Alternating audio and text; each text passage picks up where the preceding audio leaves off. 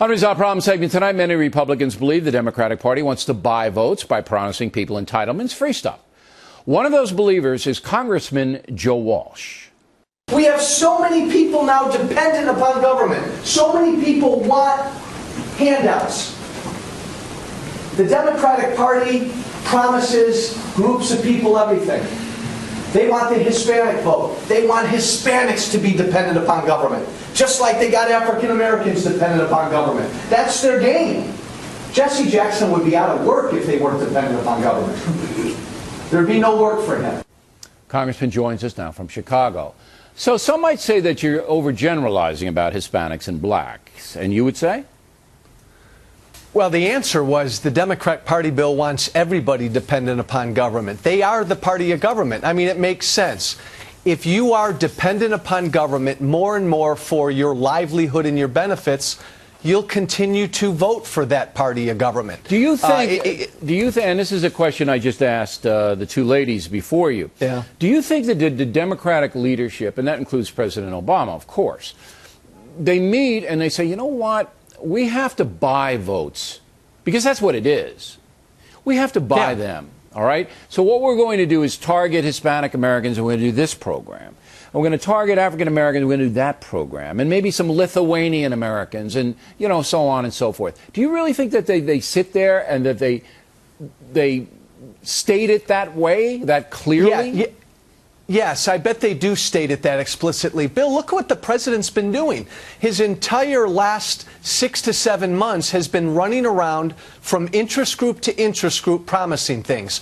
Contraception, war on women, student loans, going after the youth vote. This is what they do, and I think they look at it as buying votes, and I also think they look at it as, look, they believe in big government. That's a legitimate point of view. It's not one I share, but once they have you hooked on government, you're going to keep voting for them. And we're at a scary point right now, Bill, because, look, we've got half this country that's not paying federal income taxes. We've got the highest rate of government dependency we've had since the end of World War II.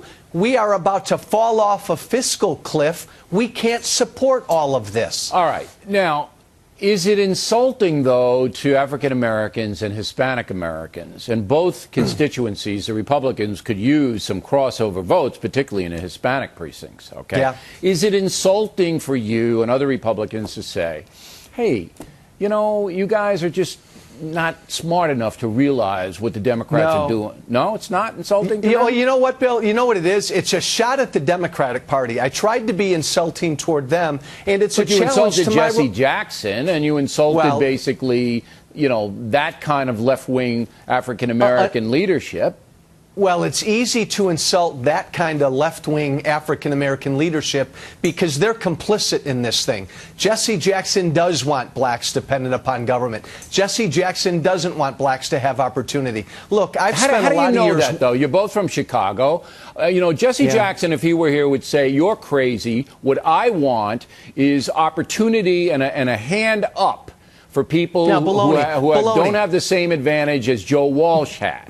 Or Bill O'Reilly had.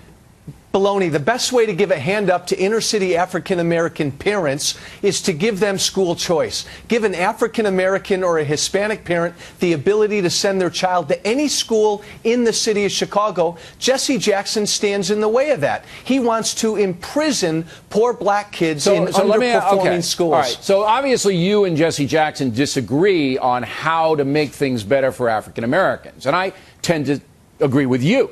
All right.